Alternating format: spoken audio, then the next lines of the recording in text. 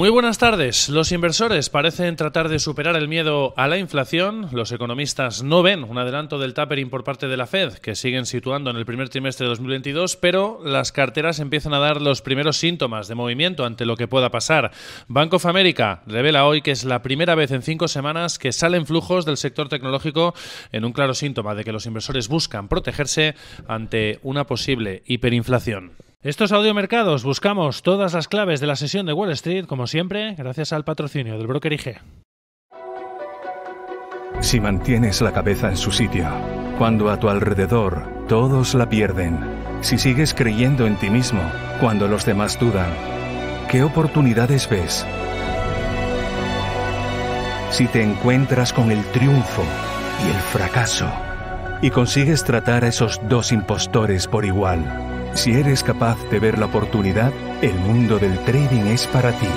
Cuando ves la oportunidad, IG. Con unos futuros que buscan, eso sí, prolongar el rally de ayer, que puso freno a 3 sesiones consecutivas de pérdidas para Wall Street, con los inversores que tratan de recuperar el ánimo tras la escabechina, la fuerte ola de ventas provocada por el temor a una inflación desbocada que constató ese dato del mes de abril y que no en vano, además, de hecho, está llevando a las bolsas a que encarrilen la peor semana bursátil desde el mes de febrero. Eso sí, recuperando sensaciones, como decíamos, en esta última sesión de la semana, gracias a mensajes tranquilizadores desde la Reserva Federal, a datos macroeconómicos que siguen siendo buenos y respaldando esa narrativa de fondo en torno a la confianza en la recuperación de la economía y también a la evolución de las vacunaciones. Y es que pese a que la inflación se ha disparado en abril hasta el 4,2%, que más que duplica ya el objetivo del 2% de la Fed, los economistas mantienen su visión central de que no habrá tapering en la retirada de compras de bonos al menos hasta el primer trimestre de 2022. Así lo han ratificado 37 de los 51 economistas consultados por Reuters, que suben además su previsión de crecimiento de PIB para este año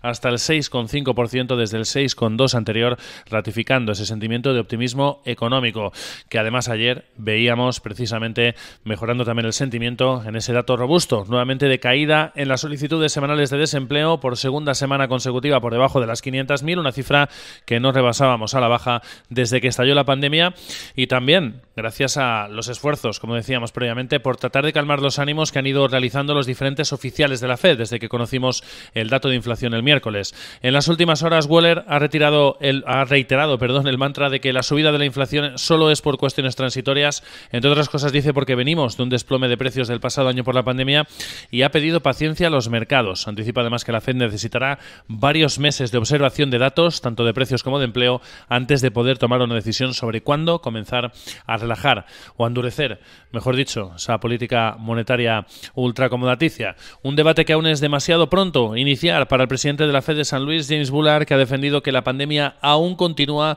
y cree que hasta que no se haya superado deberá mantenerse el soporte de la política monetaria, llamando de momento a mantener intactos tanto los tipos en el 0% como la actual fase de compras de bonos a un ritmo de los 120.000 millones de dólares. Sin embargo, la última encuesta de Bank of America, como comenzábamos esta crónica, entre inversores revela que el miedo al tapering y a una fuerte subida de inflación sigue siendo el principal foco de preocupación de los inversores. Ha desplazado, ya lo habíamos visto en anteriores encuestas, a la pandemia, y avanza también que eso está llevando a que opten por vender acciones tecnológicas, en un movimiento que ha provocado la primera salida de flujo de capital neta del sector en 5 largas semanas y que esconde, según Bank of America, la búsqueda de los inversores de proteger carteras frente al precisamente mayor miedo a una inflación desbocada. Sin duda será muy importante seguir evaluando los datos en este sentido que vayamos conociendo de la economía norteamericana.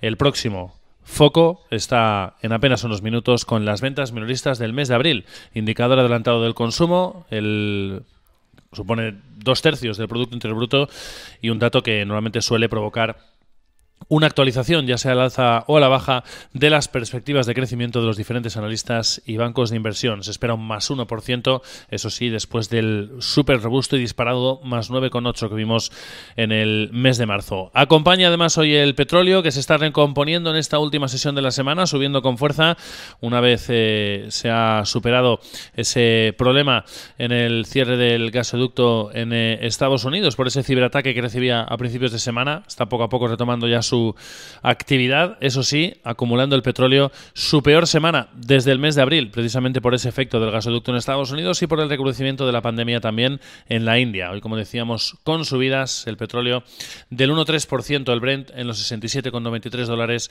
y del 1,2% el crudo americano en los $64,62 por barril. Los futuros, como decimos, prolongando ese rally de ayer, los del S&P 500 sumando un 0,7%, los del Dow Jones Industriales medio punto porcentual y los del Nasdaq, los del sector tecnológico, algo más de un punto porcentual de subida.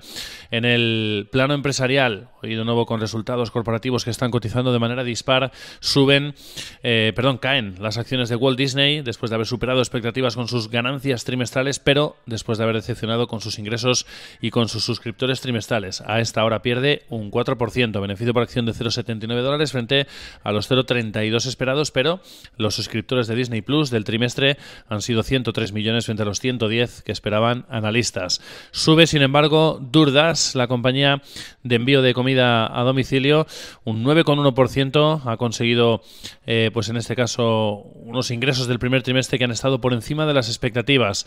En el lado contrario, Airbnb, la compañía de alquiler vacacional, ha presentado pérdidas en el primer trimestre, aunque han sido algo menores a lo que esperaba el mercado. Los ingresos han subido un 52% para la compañía, gracias a que han vuelto a recuperarse un poco las reservas de cara al verano, gracias a que hay ya más vacunados y se están relajando las restricciones. Sin embargo, Airbnb, después de esas pérdidas trimestrales, cae un 0,6% en pre-market. También ha presentado resultados el operador de criptodivisas Coinbase, que recuerden salía a bolsa recientemente, ha presentado sus primeros resultados precisamente desde que está cotizando y ha presentado beneficio récord, precisamente gracias al último rally en el Bitcoin y en otras criptodivisas. Sus acciones suben un 3,8% en preapertura. Suben los títulos de Tesla también un 2,7% después de informaciones de la agencia Reuters apuntando a negociaciones ya avanzadas con el fabricante de baterías de bajo coste chino If Energy. Operación corporativa: General Mills ha adquirido el negocio de alimentos para mascotas de Tyson Foods por $1.200 millones. Amazon ha anunciado la creación de 10.000 puestos de trabajo en Reino Unido en los próximos 3 años. Va a invertir 10 millones de libras en formación para ello. Y terminamos con una recomendación. Citigroup ha iniciado cobertura en General Electric con consejo de comprar. Las acciones de General Electric suben un 1,5% porcentual en pre-market. Feliz sesión.